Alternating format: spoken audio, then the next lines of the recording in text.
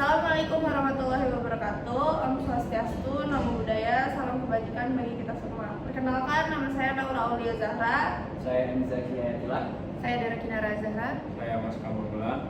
Kami akan mempresentasikan sebuah analisis filosofis Dari putusan peninjauan kembali nomor 1907 PK garing Pitsus garing 2024 tentang tindak pidana narkotika. Narkotika adalah zat atau obat baik yang berasal dari tanaman maupun sintetis yang dapat menyebabkan perubahan atau penurunan kesadaran, hilang rasa, dan ketergantungan. Dalam dunia medis, narkotika digunakan untuk menghilangkan rasa sakit. Namun jika disalahgunakan, zat ini sangat berbahaya bagi kesehatan dan kejiwaan. Penggunaan dan peredaran narkotika diatur secara ketat oleh Undang-Undang Nomor 35 Tahun 2009 tentang narkotika. Hukum membagi narkotika menjadi beberapa golongan berdasarkan tingkat bahaya dan kegunaannya. Penyalahgunaan narkotika menyebabkan gangguan kesehatan fisik dan mental, kerusakan saraf, serta masalah sosial dan hukum bagi pengguna maupun masyarakat. Saya akan menjelaskan tentang kronologi dari kasus ini. Jadi pada tahun 2022, saksi Ferdi Saputra ditangkap pada 10 Mei. Dan pada tahun 2024, terpidana Muhammad Wahyu Fuzianda ditangkap lagi sebagai alat bukti baru dari kasus ini. Barang bukti yang ditemukan berupa narkotika jenis sabu ditemukan dalam beberapa bungkus plastik dengan total berat lebih dari 30 gram. Saksi Ferdi mengaku telah menerima narkotika dari terpidana sebanyak dua kali dan melakukan perintah ranjau atau yang bisa disebut menyimpan barang di lokasi tertentu untuk diambil pihak lain. Jadi sabunya ditanam seperti ranjau.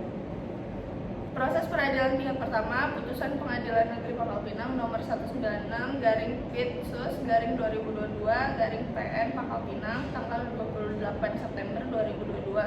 Terpidana dinyatakan terbukti secara sah dan meyakinkan bersalah melakukan tindak pidana permufakatan jahat menjadi perantara dalam jual beli narkotika golongan 1, bukan tanaman, kurang lebih 5 gram.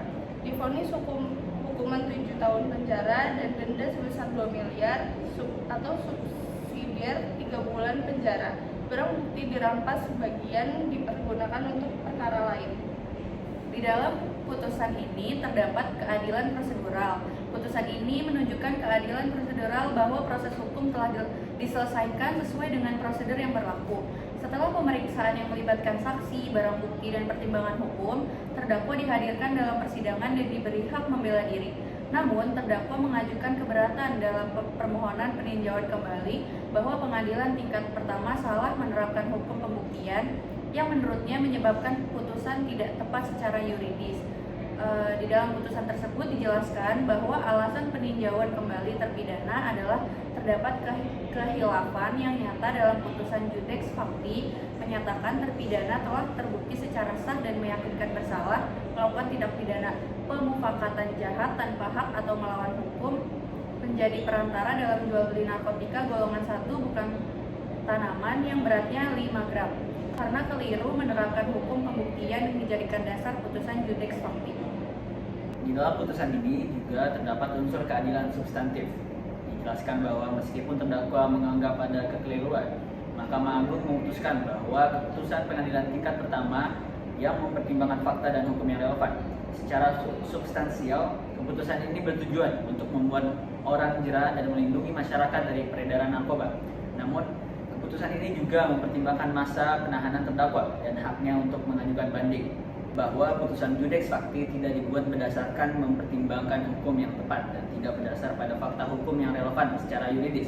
Namun, Mahkamah Agung tetap menerima permohonan peninjauan kembali secara formil yang menunjukkan adanya perhatian terhadap keadilan substantif, yaitu hak terdakwa untuk mendapatkan pemeriksaan ulang jika terdapat dugaan kekeliruan dalam penerapan hukum. Saya akan menjelaskan tentang upaya peninjauan kembali pada tahun 2024. Permohonan PK diajukan oleh penasihat hukum terpidana pada 25 Maret 2024 berdasar pada yang pertama ada alasan adanya kehilafan nyata oleh Judex Fakti atau hakim sebelumnya terkait pembuktian. Yang kedua, tanpa mengajukan novum atau bukti baru. Peninjauan kembali berakhir dengan putusan Mahkamah Agung yang berisi tanggal 1 Oktober 2004. Mahkamah Agung permohonan peninjauan kembali karena tidak ditemukan kehilafan nyata oleh hakim sebelumnya.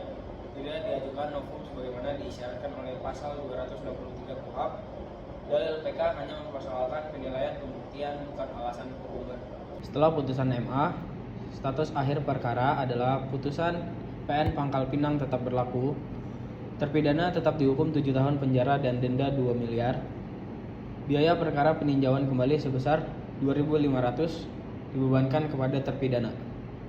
Kami dapat menyimpulkan bahwa putusan peninjauan kembali nomor 1907 PK garing Binsus garing 2024 tentang tindak pidana narkotika tidak hanya merefleksikan penerapan hukum positif secara prosedural, tetapi juga membuka ruang bagi analisis filosofis mengenai keadilan, kebenaran material, dan perlindungan hak asasi manusia. Melalui mekanisme peninjauan kembali, sistem hukum Indonesia berupaya menyeimbangkan nilai-nilai keadilan retributif dan korektif sebagaimana diajarkan oleh filsuf-filsuf besar seperti Plato, Aristoteles, dan Socrates yang menekankan pentingnya harmoni, koreksi atas ketidakadilan, serta pencarian kebenaran substantif dalam menegakkan hukum. Kendati putusan ini menegaskan aspek hukuman sebagai bentuk pertanggungjawaban pidana, analisis filosofis menunjukkan perlunya pendekatan yang lebih manusiawi dan restoratif agar penegakan hukum tidak hanya bersifat represif, tetapi juga mampu memulihkan, merehabilitasi, dan memperkuat nilai-nilai kemanusiaan dalam menghadapi kompleksitas kasus narkotika di Indonesia.